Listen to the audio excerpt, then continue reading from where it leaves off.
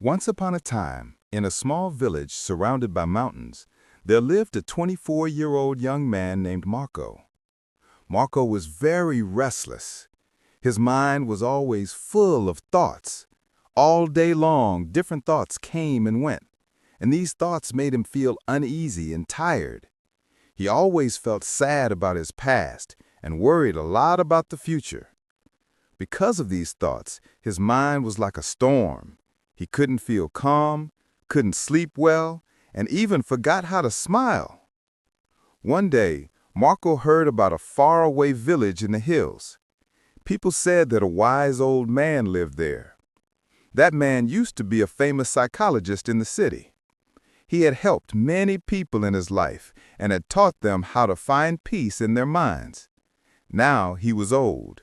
He left the busy life of the city and started living in a quiet village close to nature. Sometimes he gave advice to visitors. Marco became curious and hopeful. He decided that he must go and meet that old man. He thought, maybe this wise man can help me find peace. After many days of a long and tiring journey, Marco reached the village in the hills. When he got there, he saw a small house covered with greenery. On the porch of the house, the old man was sitting quietly. His eyes were closed, and he looked very peaceful. Marco walked up to him and said softly, "Grandfather, my mind is very restless. I cannot stop thinking. I want peace in my heart. Can you help me?" The old man slowly opened his eyes and gave a calm smile. He said, "So, you are looking for peace? Then come with me. I will give you a small task." He took Marco to his little yard. Then he filled the glass with water completely full to the top. The glass was so full that even a little shake would make the water spill.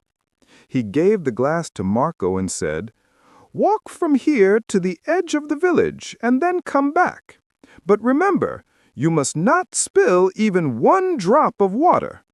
Marco looked at him with surprise, but he wanted to do his best, so he accepted the challenge. He held the glass carefully and started walking. The road was narrow and busy.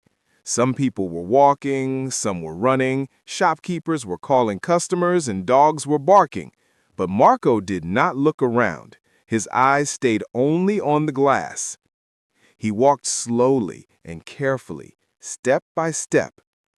People looked at him with surprise, but no one disturbed him.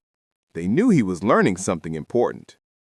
Finally, Marco came back to the old man and said, "Grandfather, I did it. I didn't spill even one drop of water." The old man nodded and smiled.